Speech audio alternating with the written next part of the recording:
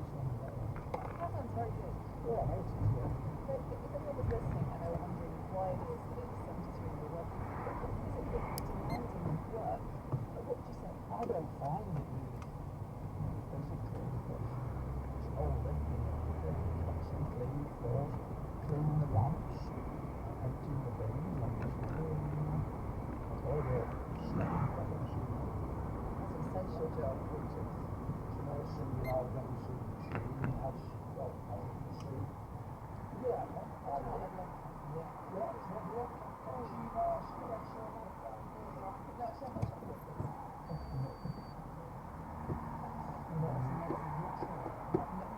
chocolate, no, good, thank you. Yeah, my wife, yeah, Jean. What does she make when you still work with? Does she have a different role? She's at Bernardo's every Thursday. Neither of you are just thinking about, Not really, like she looks after the grandkids, you know, taking them to school runs and all that, which I do sometimes. you can't sit around, can you? And you can't. Well, not all the night, but not too. And it really was encouraging.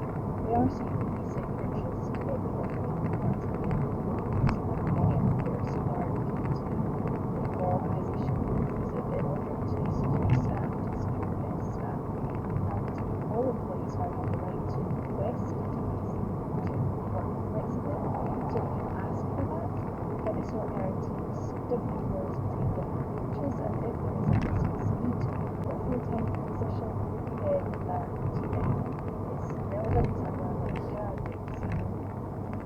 your rights as you get older that you keep working? Can you ask your allowances to pay? So thinking back before that, he's doing the right position for a physical job, but he doesn't get the role that he had. Can you ask him for his actual role? If you can't get his physical as you certainly, these issues are stronger if you're disabled as in autoactive or condition and an impact on long-term society. Now, it's difficult for you to for these 12 months in a role due to being disabled, although many people do not wish to have that label put upon them.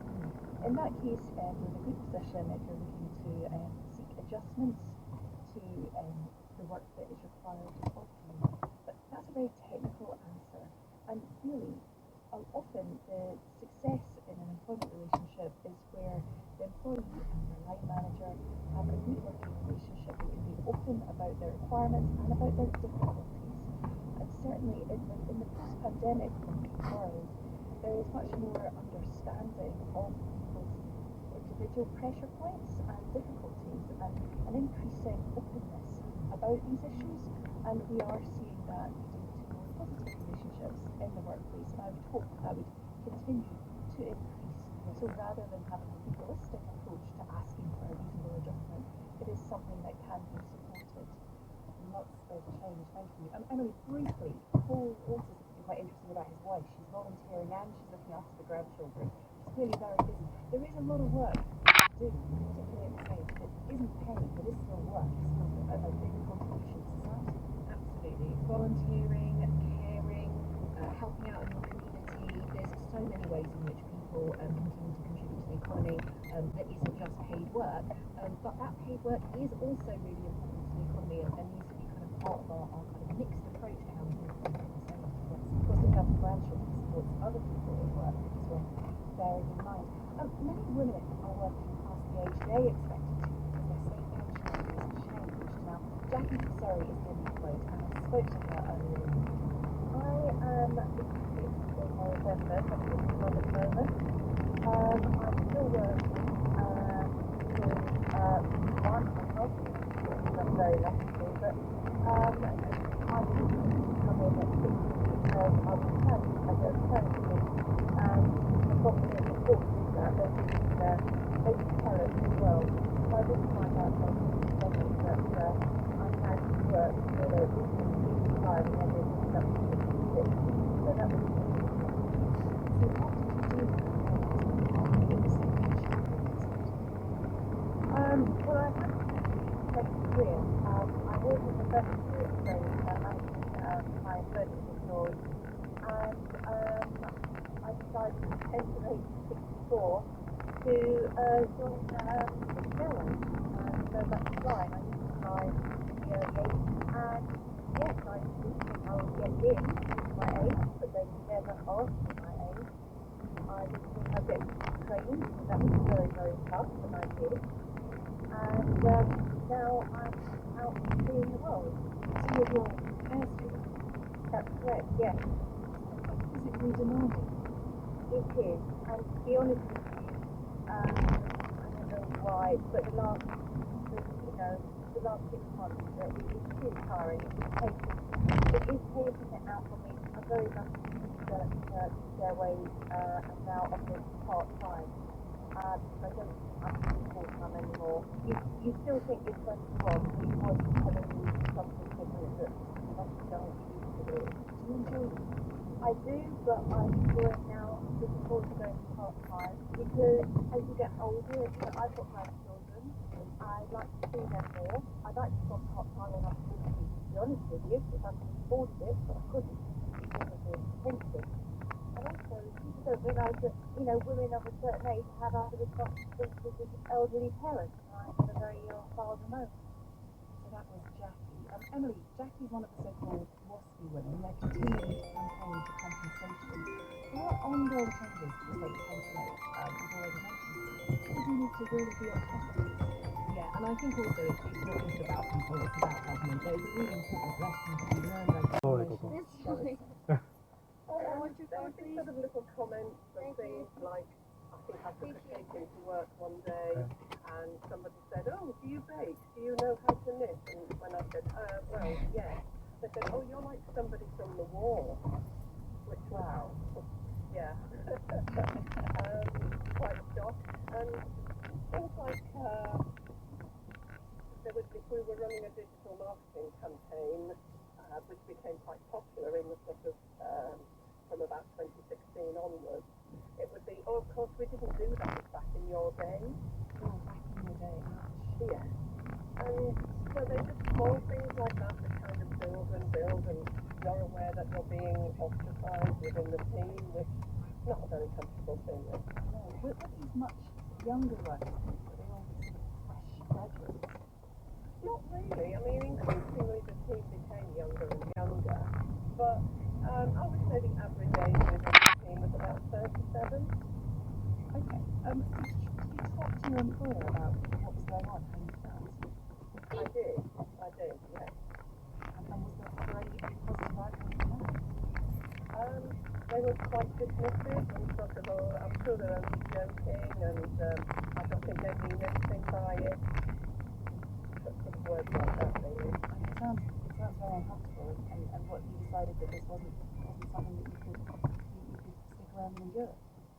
Yeah, I mean, I've worked there for quite some time, and it just Yeah. became, Check this you know, out. every morning you wake up and think, Take that out of law. I don't really need this. Take what out? 我不揸緊車啊！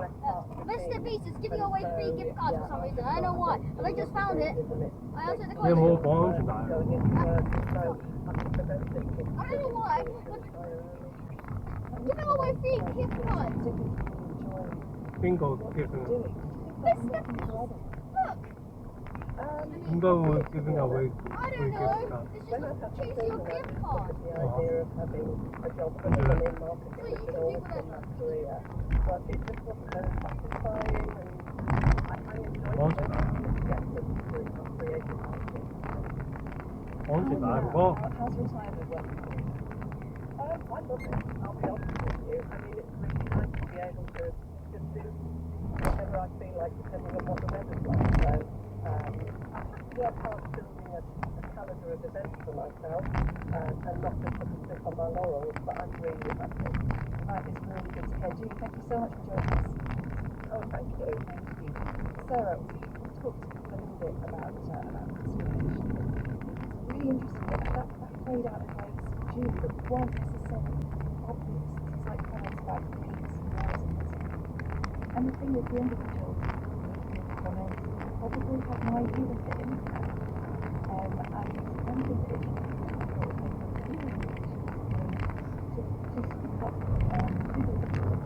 And it can do that can be very stressful and awkward. So again, the focus on the employers is a culture in which they're aware of difficulties that can arise, and they're alert to comments being made. And if you can nip that in the bud quickly, then there is usually scope to prevent it becoming such a big issue that it can lead to someone feeling like Big they've got to be issue, involved. So big most issue. employers now they understand the importance of being inclusive and having a diverse workforce, but maybe they don't see age as a type of diversity. I think you're right. I think there's less focus on that. Has been less focus on that, and I think that will have to change because of the numbers that we talked about earlier in the programme and the changing look of the workforce. And it's teams with mixed age groups can be so creative and can be really energising. But it takes time to reflect and to ensure that is what is happening on the ground. You have to really work in the focus and the commitment. I mean, what are the benefits of age diversity for employers who might not necessarily think about it? Yeah, I mean, ageism is the most widespread form of discrimination in the country, but there's also really awareness of its problems. It's what we found when we were rolling out our national age awareness campaign, trying to raise awareness of ageism as an issue, get people to think and act differently about age. A multi-generational workforce, as you just said, actually that's backed up by research you made, Sarah, is when you bring older and younger workers together, that you actually get the most innovation and workplaces will prize you and workers are more productive. So if there's individuals who feel that they've experienced ageism,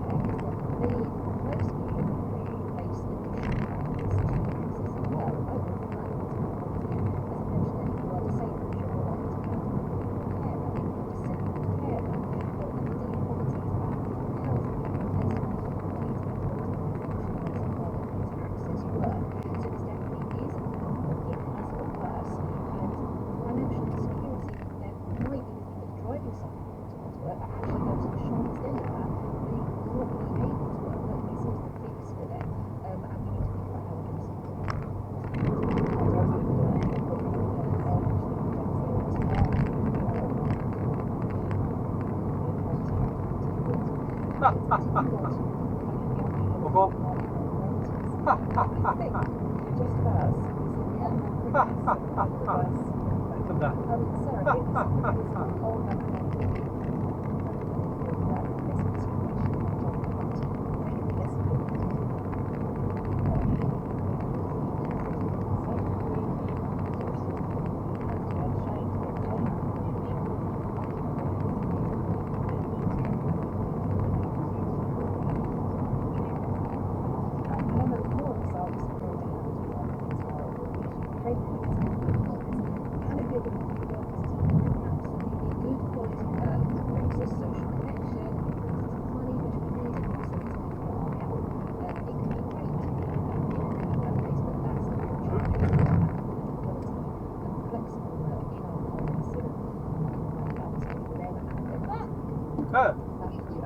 Free gift cards. Look.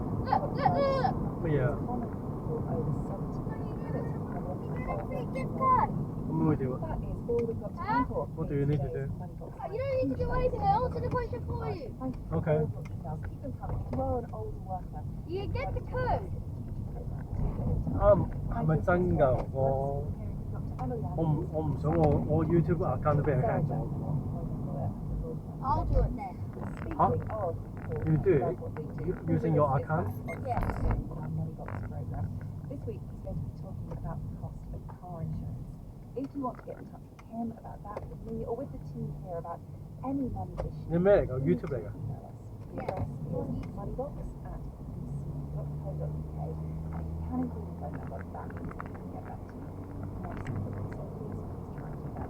Until next time, the team here have a very good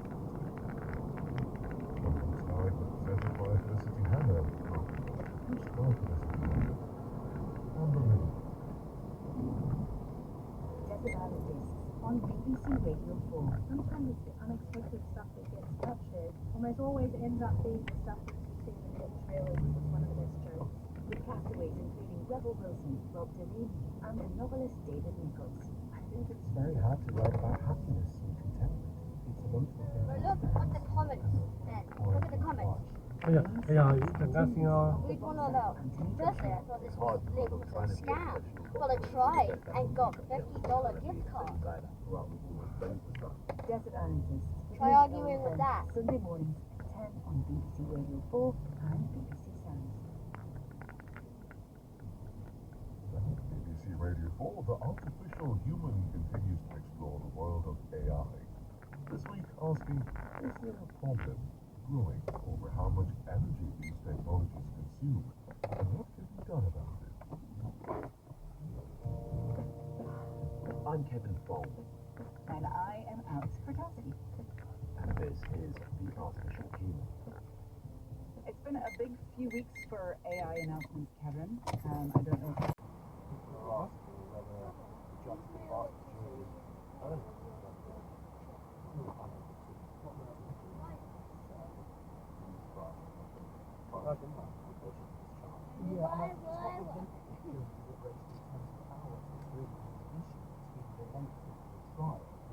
The trial started for a number of reasons, including fire at the old building, probably getting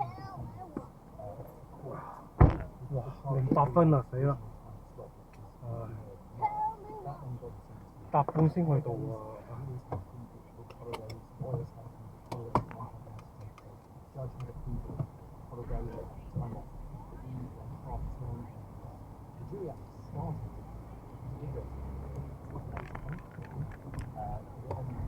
咦？佢叫我行 City Centre 咁去。No， 今次行嘅路唔同啊，哥哥。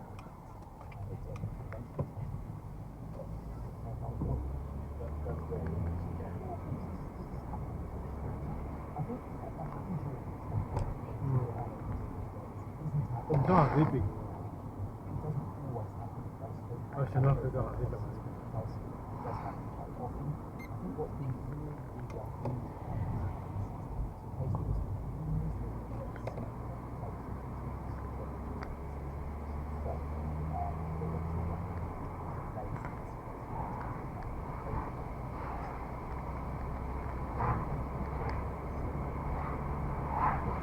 我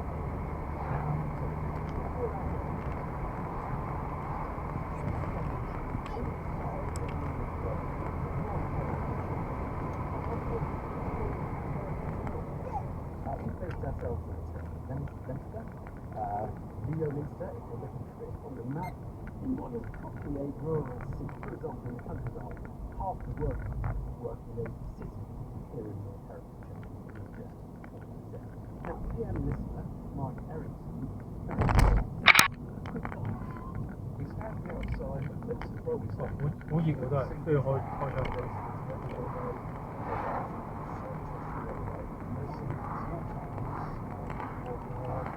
做咩咁整佢啊？哥哥，你做咩整佢啊？有冇帶水㗎，哥哥 ？OK。Well, it's certainly a very beautiful place for us to have visited today. Last time we were very safe, conservative city. So Bill Wigan, alongside the majority of 2016. The Mid Government second, Labour third, and the Greens fourth, quite a way behind. But it's lovely to see very hard fourth, and other parts of it all together as Secretary of the Conservative.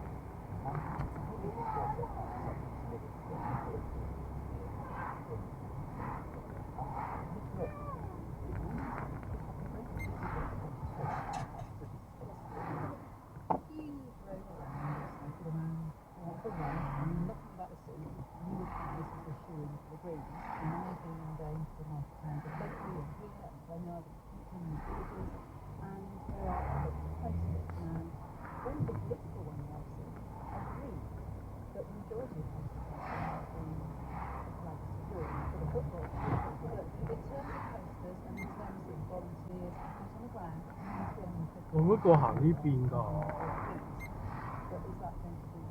塞到咁樣。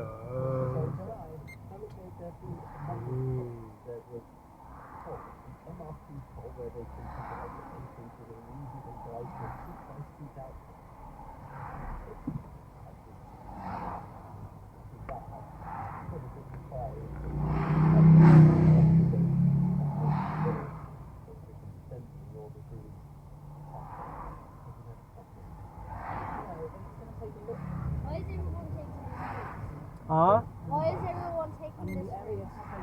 This one? Yeah, why is everyone It's the main route. Oh, everyone's taking this route. Why? Why is it the main route?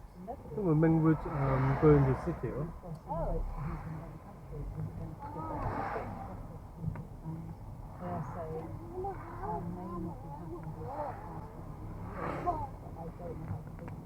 This is baby. This is baby touch.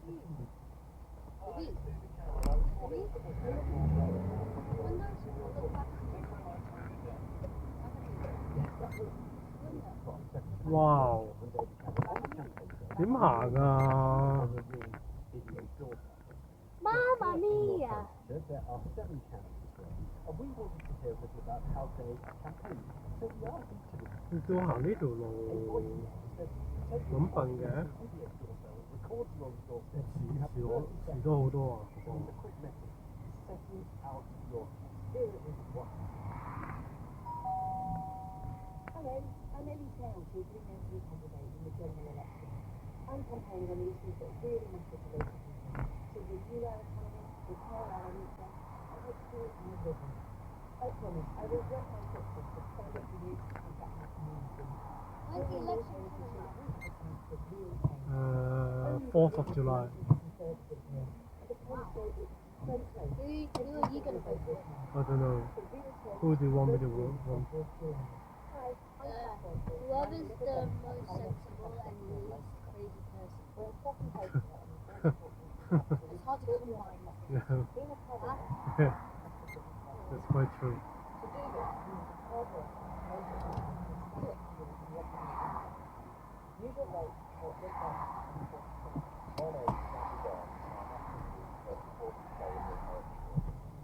High tax, high spend, high rates of government is not working for us.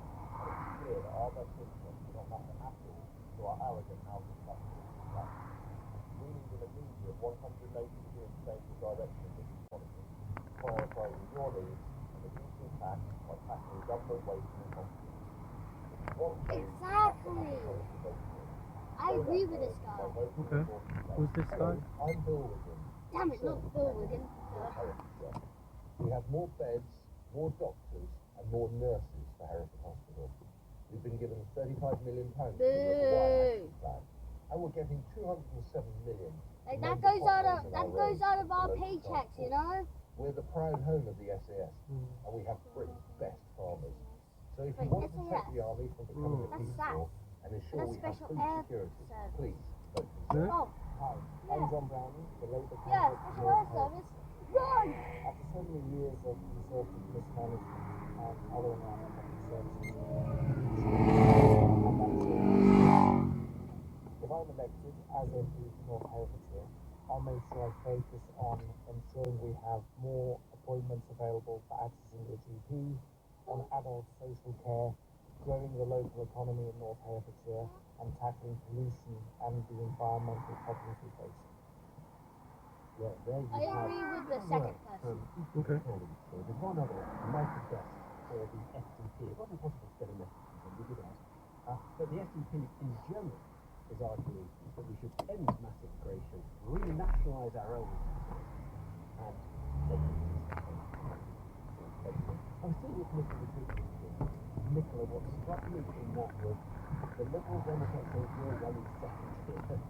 There is obviously potentially some tactical ways to get people like Labour in some of the polls coming up second, and I think that The the key Labour is Party. going to be if people are going to Okay. vote taxes rather than Okay, you're fine. we're being told by some polls that that's looking at the window 嘛，咁你揾到啲咩啊？ I still think it's going to come down to voting for Conservative at last. The people in the seat have always done. I mean, if you look at the majority of Seville, they've had over the last 23 years that he's been representing this area. His majority has gone up and used every time that we've had a general election. 哇，整幾耐啊？呢度真係整幾耐？ Whether or not that the vote is spread enough to change the seat. It's going to be interesting. It's Government making government incompetence. At an all-time low. Government incompetence. So high that it goes through the ceiling of Earth. Okay. Hard-working, greedy, all the Conservatives sat here. Everything. Sort of. And Nicola, I think you say, so there are some new polls coming in. I haven't seen what they are for this season. But I can tell you that they're not involved in certainly there's one that has the Conservatives on 108 seats. There's another. 佢想行到落尾，跟住再轉就。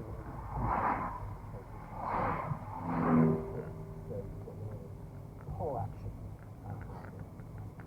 It's 18 minutes past 5 though, let's have a look at Here's that. The head of Hezbollah has flown Cyprus and become a part of the war in Gaza and continues to allow Israel to use its air force and bases for military exercises. A 7-month-old baby girl has died after being bitten by her family's pet dog in Coventry. The animal, which wasn't classed as a dangerous breed, has been destroyed. The High Court judge has ruled that the government acted unlawfully by dropping 2 recommendations made up independent review into the Windrush scandal. Now, the manifesto phase of this election campaign is going to if you the offer in the work of the manifesto is moderate, left-centre policies. Independent broken the party. Johnson said the Minister leader of the party is not the candidate for Westminster himself, of course. He was projecting his level work this morning, and the money he owes childcare as opposed to the scrap child benefit cut. That's to stop spending on we want joy. Progressive politicians say to the world, face funding for NHS. But the UK government's matched the that we've given our health staff in Scotland. That would see an extra £1.6 billion for the National Health Service in Scotland. And we would introduce a Keep the NHS in Public Hands bill at Westminster. A legal guarantee for a publicly owned, publicly integrated health service. The executive message on the health service is clear. It is simple and it will never change. The NHS is not for sale. John Swinney, First Minister, India of the SNP. We can talk to Drew Henry, who has served as the SNP's economy spokesperson in the House of Commons since about September 2023 at Westminster. It's really good to talk to you. Important with the manifesto coming out. I wonder if you could talk about public spending on left of centre policy, because of course, per capita spending on public service in Scotland is a little higher than it is in England. What's your case? Do you think Scotland gets 15% better than it? Well,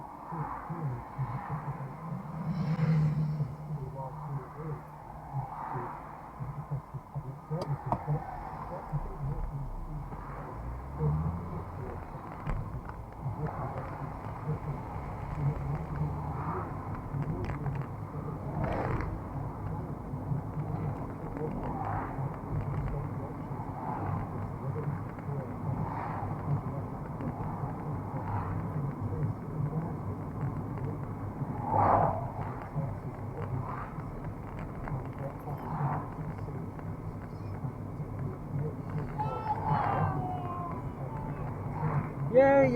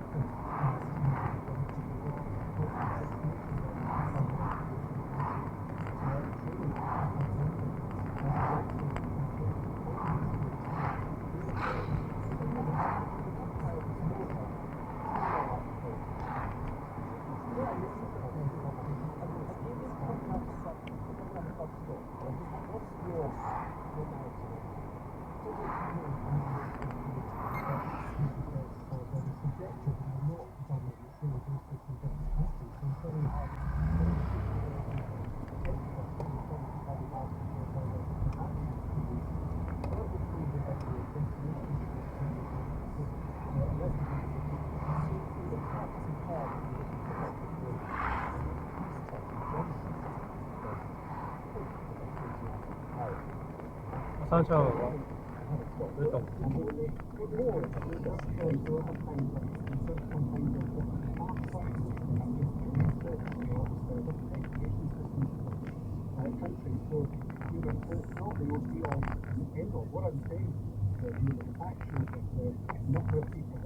Don't call me Ali. Don't call me Ali. Hey, yeah. Wow, how cool he is. Our excellent people, our excellent schools are not providing a great service. And of course, we've upgraded and built new schools at quite a rate over the past number of years.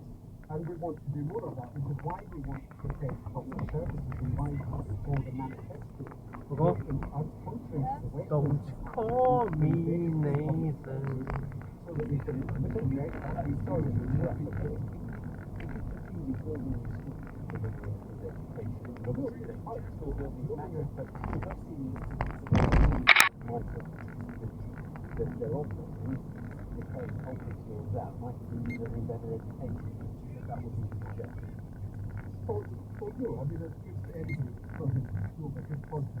Good building is very important. So you need that investment. You also need the investment to put into teachers, to support people in schools, and to other areas of education as well. And we've had 14 years of austerity. We've got the IFS has pointed out there's an 18 to 20 billion pounds of cuts in both the Tory fact that Andy Labour Party's plans, of which they've got a conspiracy of silence going forward, and that's not the way to fund these services going into the future. What we need is investment in it. And what the SNP has put forward is an offer to invest back into public services to make sure we can grow these things, tackle any of the issues that are saying that are need to be improved, and to take that forward. So, investment in public services is absolutely wicked, particularly with the manifestation in the NHS. Andrew Henry, City's economy sector. There have been hundreds of protest reported this year in Saudi Arabia at the annual Hajj pilgrimage to Mecca. It's the intense heat of there were 5 days of ritual organized, potentially golden hours of walking each day, surrounded by hundreds of thousands of lights.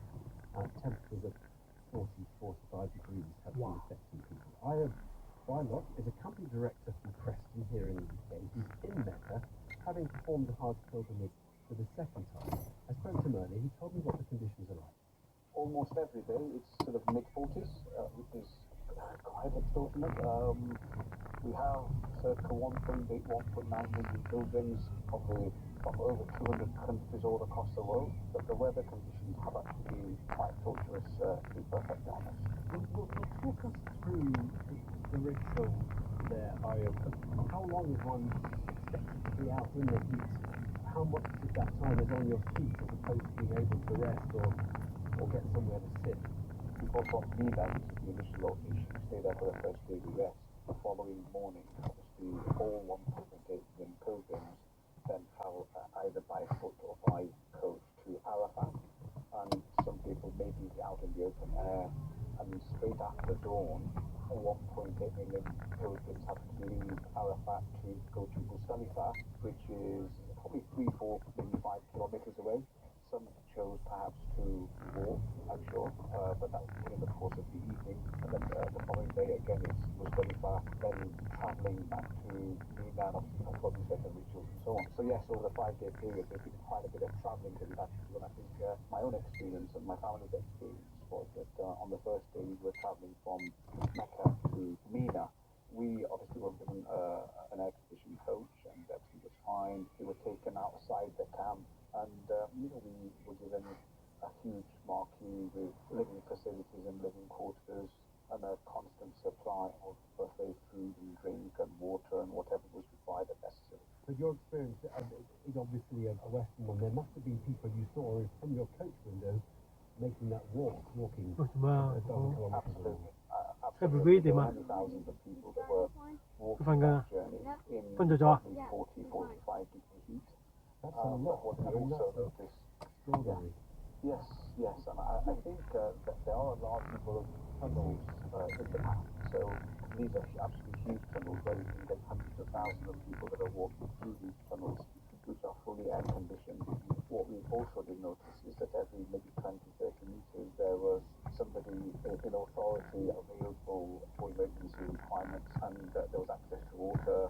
The air condition was probably 50% of the journey was going through these tunnels that had air conditioning, and the areas that were exposed to the blue sky, in some of those areas there were fountains that were available, and in that areas there were these handheld water fountains that individuals were sort of squirting on pilgrims as they were walking by. But you appreciate, obviously, there was 1.8 million pilgrims altogether, and unfortunately there were a number that did unfortunately lose their lives, and many also suffered from heat exhaustion as well.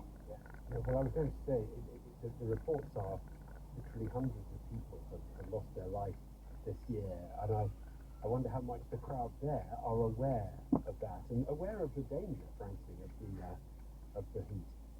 Yeah, I think we were, and I think before we left, we acknowledged and understood that there was going to be a heat wave and it was going to be mid-40s. But Hajj is something, it's an obligation on across the world. If you're able to, if you're in good health, and if you're financially able to, obviously it's an obligation upon you once in a lifetime to make this pilgrimage.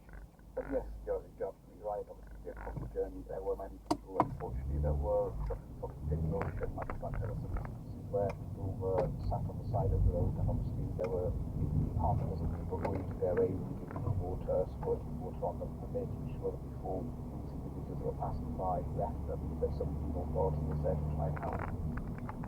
Extreme heat at and I advise my question, who is there? Now, William Corn's going to be here later with tomorrow May, but he is in the London studio to tell us more about it, will you? Thanks, Evan. Just as you've been speaking about the cost of living crisis, we'll be talking about the cost of dying crisis on the news tonight.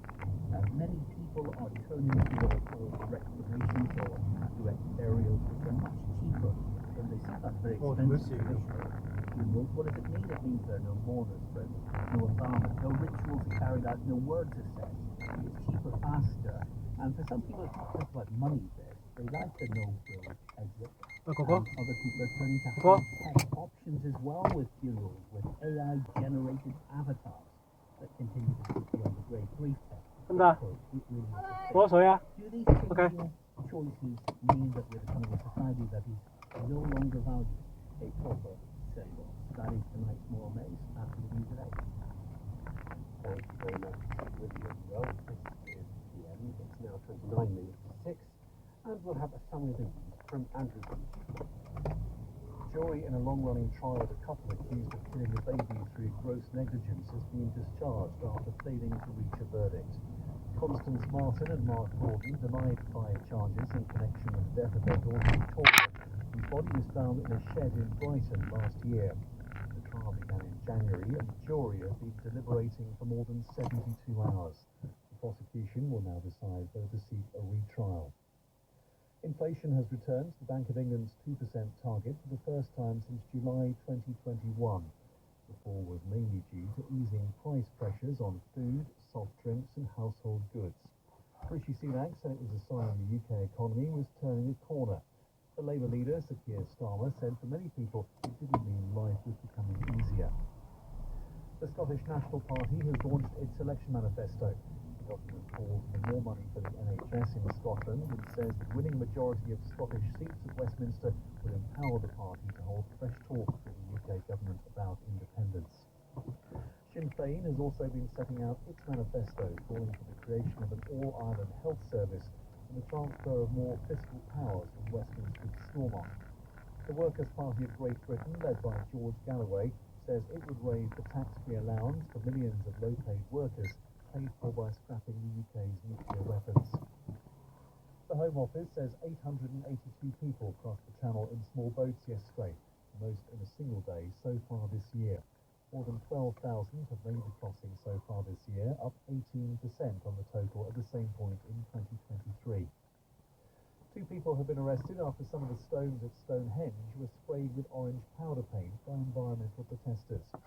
Video footage showed members of the public trying to intervene. The Just Stop Oil group said orange corn flour had been used, which would wash off in the rain.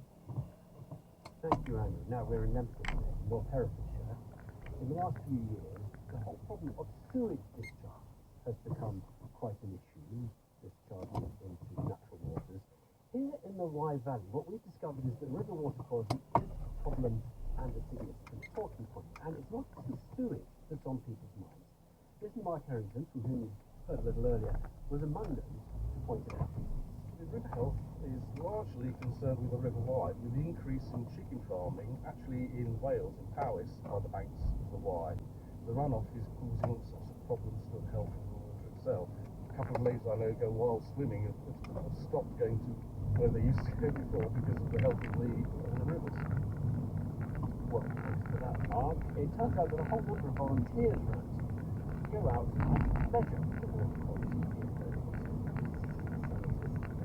like call themselves, and they report what's going on, potentially pointing the news at the farmers.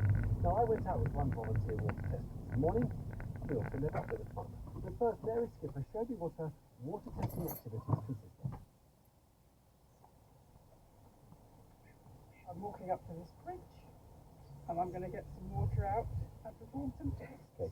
And this bit of water, now this is not the River Wye. What is this bit of water? The Ken water. It's a tributary of the Wye, is it? Into the lug, into the wire. Yeah. Okay. I'm lowering the jug, On a piece of string. so I get some water. You're bringing up I'm bringing up about what, 2 litres, 3 litres of water or something like that? I have to say, Mary, we've obviously picked the wrong one because this looks absolutely pristine clean. Clear, but it's no, well, it's still going to have nasties in it. This is an EC3 meter, so if you turn this on, this is the conductivity reading, and the higher the numbers, the more things you cannot see are in this water. So that's quite high as a reading. Now you're going to do another test, are you? Now I'm going to take this back to my mobile laboratory The car. and test for phosphates and nitrates. We're walking from a stream up some metal paths full of vegetation, water, into a big car park. And I have to say, it's the nicest entry to a big car park, isn't it?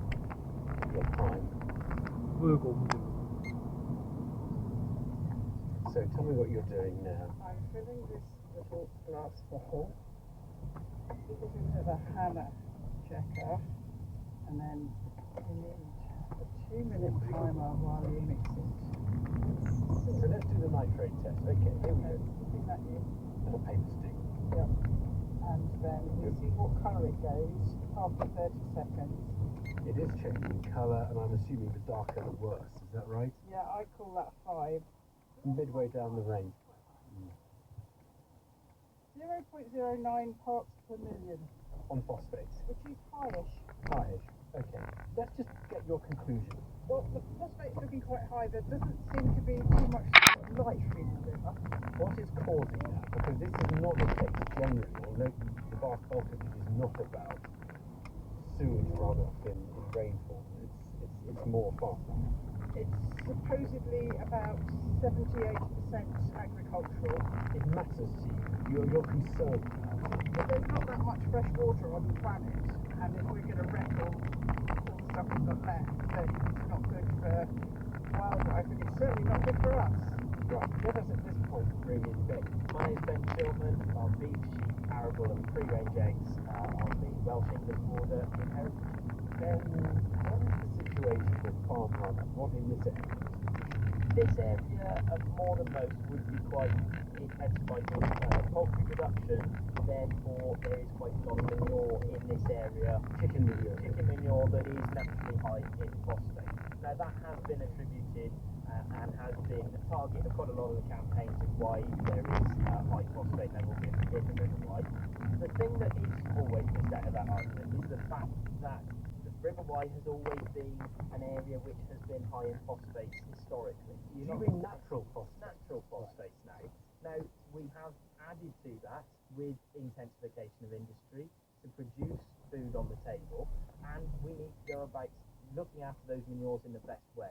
Avara, one of the main chicken producers, is currently taking all of their manure out of the county at the moment to try and help target with this. What do you do with your manure? Does that end up in the streams or? We're not putting it directly straight in the streams. I know that was a cheeky question to start off with. It's being spread on the land to help produce the arable crops that are there, which is using manure for food production, which is still good. And using less artificial fertilisers and actually a really good thing for carbon footprint. And the problem is it washes off the field into the streams and rivers. That can happen. On our farm we mix it with quite a lot of straw so that it's a more substantial product, but it's spread, it doesn't just leach. All the time people are trying to come up with that practice to not be the reason. Mary, you've had a fairly honest account of it. Well, I don't think Ben's farm is particularly the problem. I think it's more intensive farming that is the issue, where there aren't any borders left on the fields, there's massive tractors compressing the soil. They probably are keeping the food pretty cheap, and I wonder when we think about the kind of trade-offs, the dilemmas about cheaper food, not quite as environmentally friendly, might have some runoff. I think we have to get realistic about how much food costs. If you were running for office, you'd be happy to have that conversation with voters, pay more for food. I think so. Vote for me. Just be real about what things cost. If you want good food, you pay for it. How much more would it cost to have food that doesn't have, say, runoff? Realistically, does it? If you want to see more environmentally friendly farming and less intensive production, you're going to see higher cost for it. but I do think it is really important for whichever government comes in now on the 4th of July that there is a trade-off between farming and the environment and food production and the environment, and we've got to keep producing British food because it's up to some of the best welfare standards in the world. Nothing's ever easy in farming, rural communities or anything. What I do really like about today is the fact that I think me and Mary are actually quite on the same page. You would be able to have a sensible discussion about the trade-offs. We haven't fallen out yet.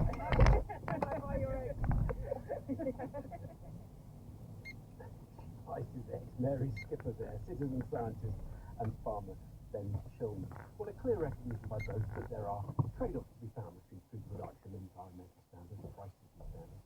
It's a national issue really, as well as a very lively local one. And who better to speak about it than Henry Dimbledon, who was author of England's National Food Strategy, an independent review for the government back in 2021. He's also managing partner at Bramble Partners, an investment firm back in sustainable food businesses. I spoke to him earlier. There is a trade-off, but it isn't necessarily a huge one. In some cases, they cast their votes. Rishi Sunak called the general election 4 weeks ago today, when the last set of inflation figures came out. On that day, he said inflation returning to normal, as he put it, was proof that his plan was working. He said it was now up to voters to decide who should build on that foundation. Speaking today on a visit to Suffolk, Mr Sunak repeated his claim. This is a very positive step, shows that the plan we put in place is working. Inflation back to target. It was 11% when I became Prime Minister. I said it was a priority to bring it down so that people can start now to feel and ease in the cost pressures that they've seen. And it's because that plan has worked that we've been able to start cutting people's taxes. The Conservative pitch is that under Rishi Sunak, the recovery has begun, to caution voters against taking a risk with Labour. Labour, on the other hand, wants to repeatedly remind people of the turmoil in the recent past under Liz Truss, who claimed the mantle of sound management of the economy.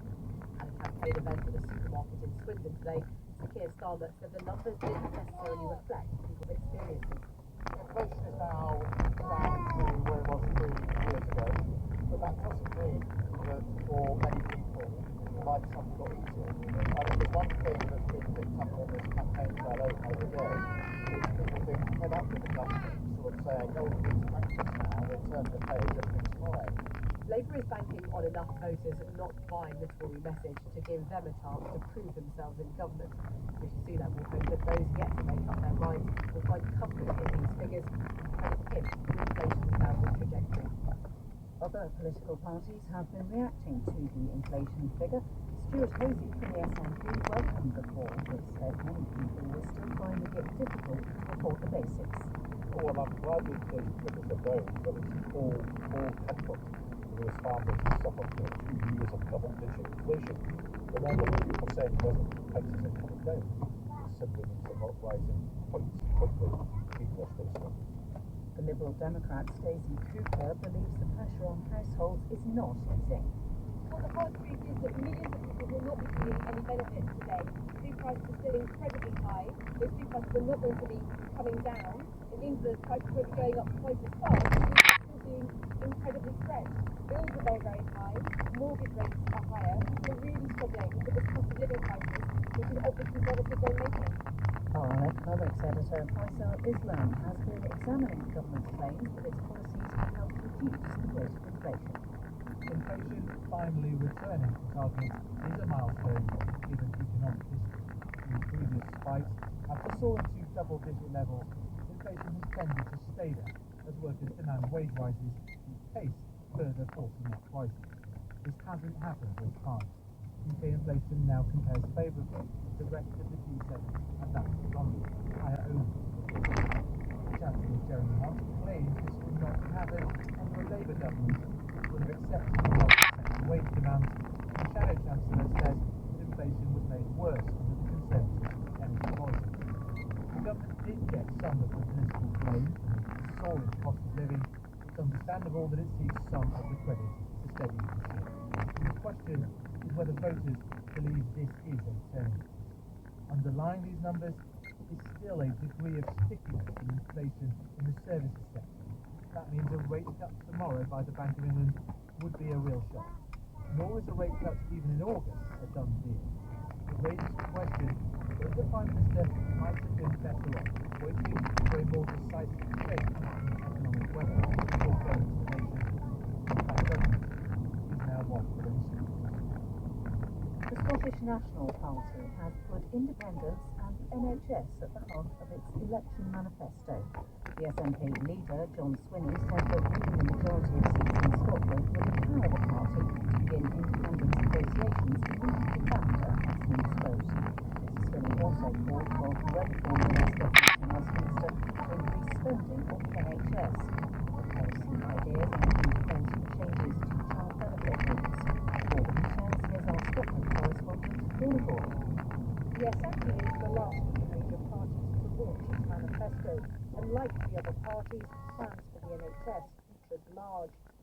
The SNP's leader, John Swinney, called for the Westminster government to increase spending on health to a level which would mean the money allocated to Scotland to fund the NHS would go up by £1.6 billion. His party's manifesto also included demands for the House of Lords to be abolished, scrapping of 0 hours contracts and an end to the two-child benefit cap. SNP MPs will press for the two-child benefit cap to be scrapped. The future of the two-child cap is a simple test. Are you in government to help children out of poverty, or are you so morally lost that you push kids into poverty? Our choice to abolish the cap is obvious, and it is driven by our values.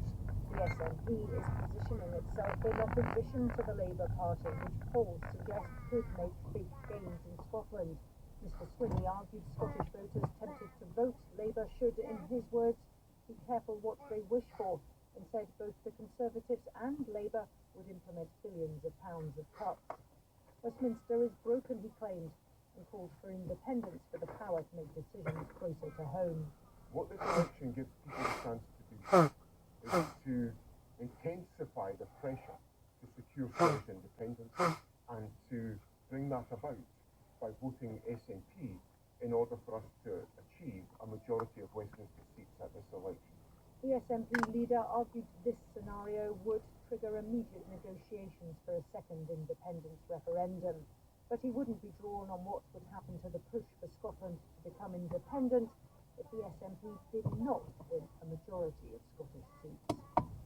Many of the plans outlined by Mr Swinney will be paid for by increases in UK-wide spending. Business Scotland's economics editor, Douglas Fraser, has this assessment. John Swinney wants to be seen as the left-wing alternative to what he calls the cosy consensus of Labour and Tory, deeply undermining public services. So the SNP leader is setting out not only what independence could bring Scotland, but proposing changes for the whole UK over the next 5 years. A big uplift to spending on health and other public services, more generous welfare benefits, and what causes this travelling debate of continued oil and gas drilling, there will be a big spend on the green economy.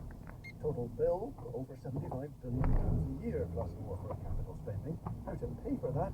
The SNP suggests the rest of Britain should have income tax set to Scotland's levels, raising a total of £16 billion, with more from taxing financiers, foreign nationals, and private schools. The SNP can see big savings from cancelling nuclear power and nuclear weapons. And just supposing Britain were to rejoin the European Union, as we're told an independent Scotland would do, a boost to economic growth would bring £30 billion.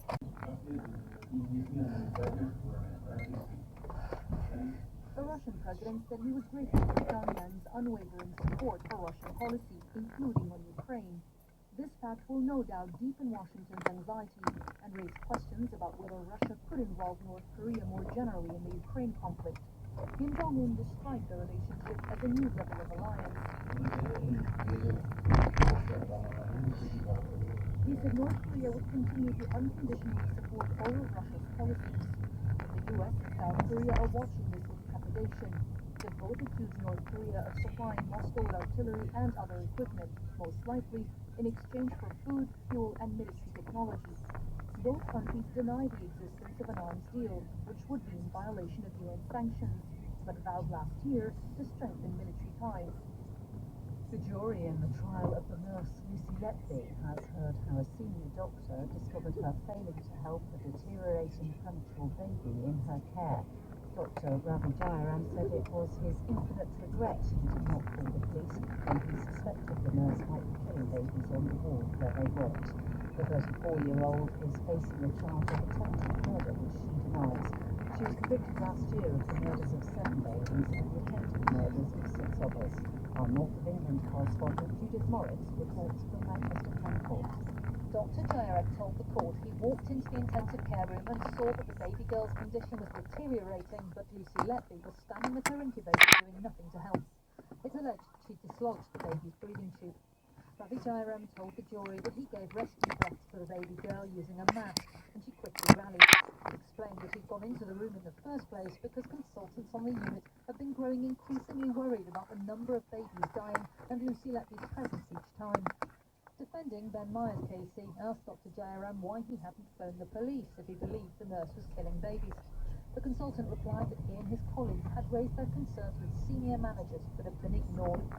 He said, "We were explicitly told it would be the wrong thing to go to the police because it would be bad for the reputation of the trust and there'd be blue and white tape everywhere." The defence barrister said to the doctor, "You didn't call the police because you didn't see anything worthy of calling the police about." Dr. Jayaram disagreed and said it was a matter of infinite regret that he hadn't handled things differently. Lucy Letley denies attempted murder. The trial continues. The Workers' Party has launched its general election manifesto entitled Britain Deserves Better. Its leader, George Galloway, was introduced in Manchester as the real leader of the opposition. She highlighted pledges to build 1 million council homes and combat child poverty. Our political correspondent Alicia McCarthy says.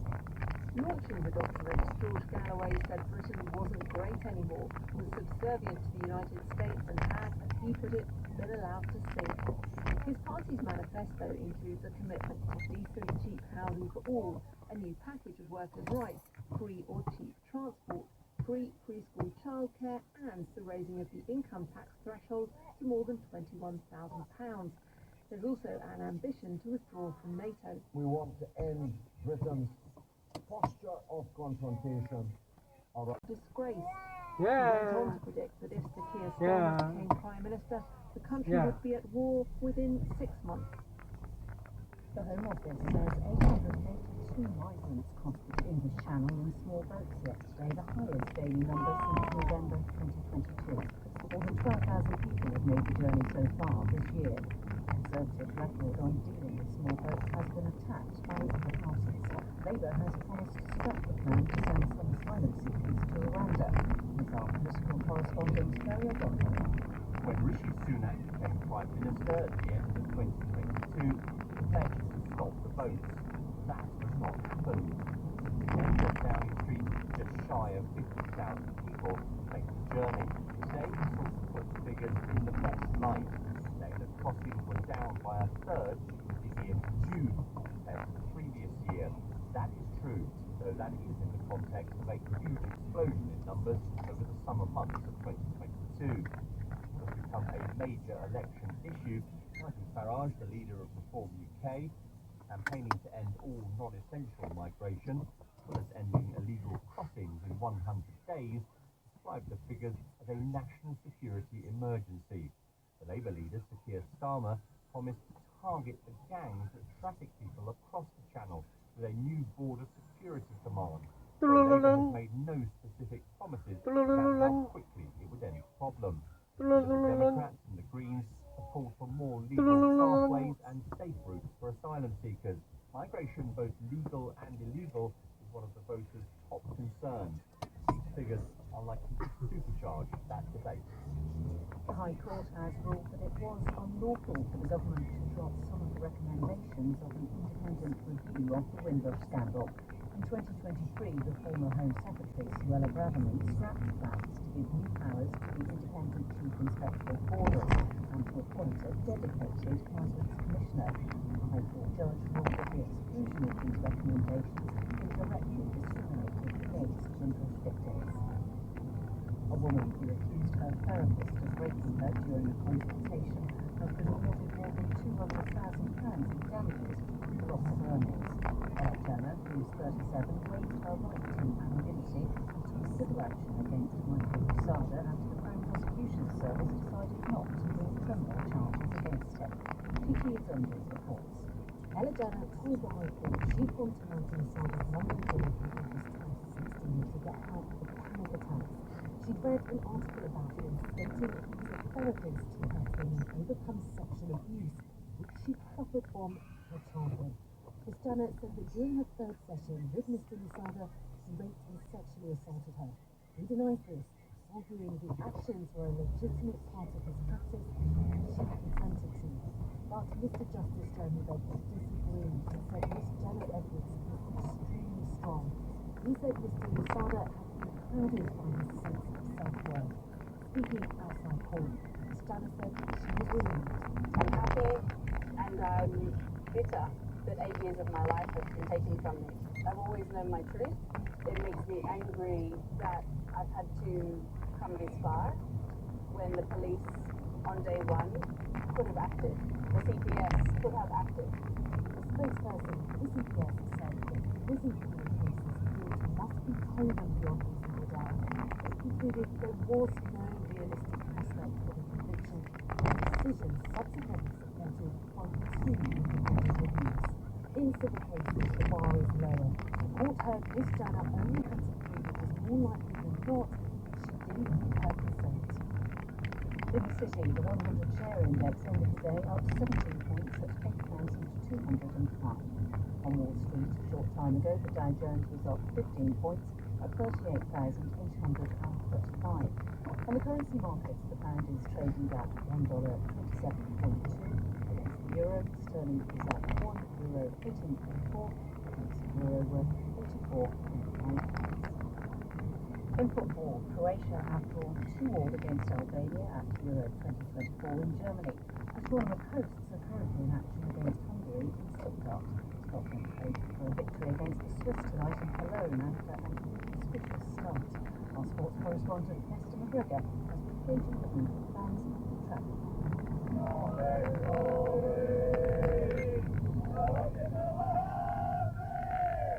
5 days on from a humbling 5-1 defeat to Germany, it seems Scotland's Tartan Army have found their voices again.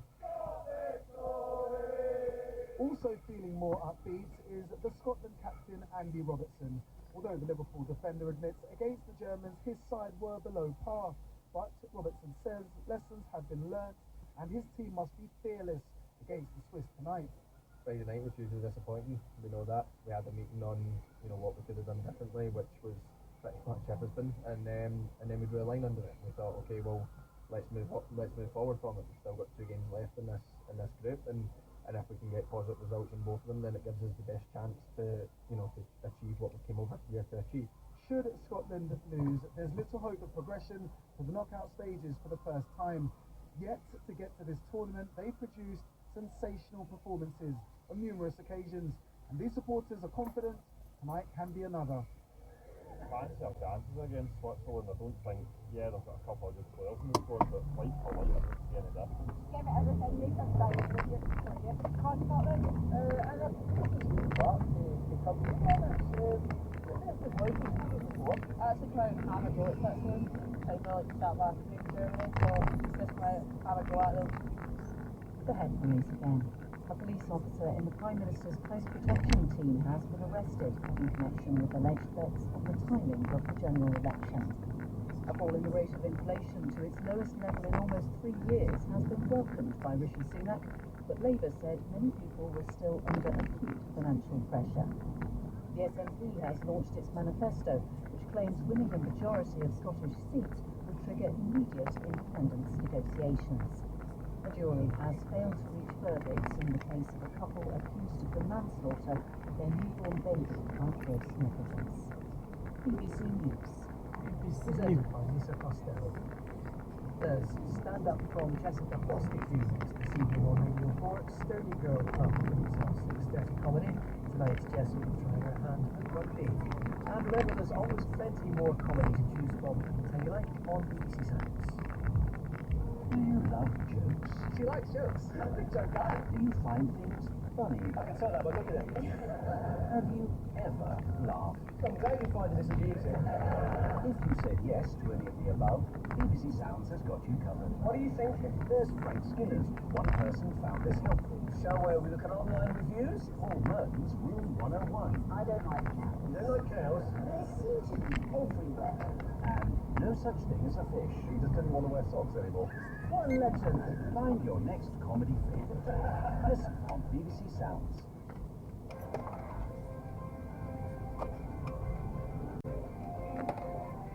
Welcome to Sturdy Girl Club!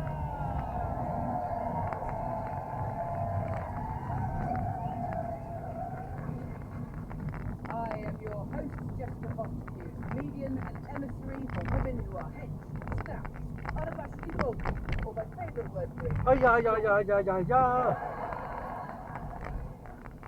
women who aren't afraid of doorbells or bread. Can you say, Proud to be a sturdy girl. I got an extra bit of evidence the other day on the way home from the gym, stopped at my local pub. Up behind me creeps Sal. About 85, age not out of 10. He looks me up and down and he goes, "Rugby." Now, there's nothing wrong with looking like you play rugby, but that is not interchangeable with hello. hello? What muddy water we're getting into becomes okay. Walk up to a woman, look her up and down, gets the whole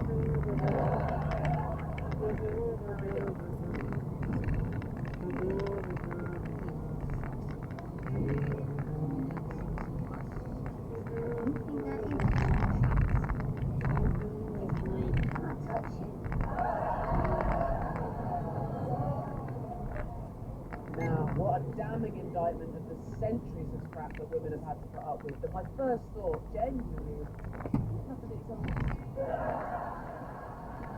In this series, I'm doing an erotically well-researched investigation into women in schools, which are quote-unquote unplayful. And this episode is on, you guessed it, it's on rugby. This episode is on rugby.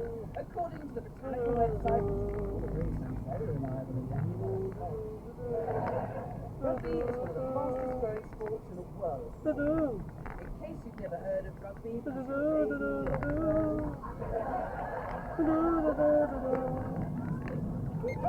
team sport where you run with an oval-shaped ball in your hand, then you can either pass backwards or kick forward, and points are scored by getting that ball on the ground right up the other team's end. In terms of types of rugby, there's rugby union, which has 15 players, and rugby league, which has 13.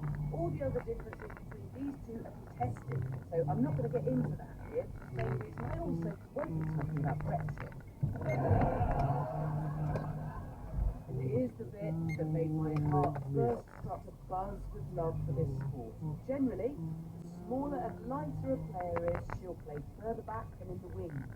And the bigger and heavier and stronger the player, the more likely she is to be up front and centre. So basically, where those women get put in society, but reversed.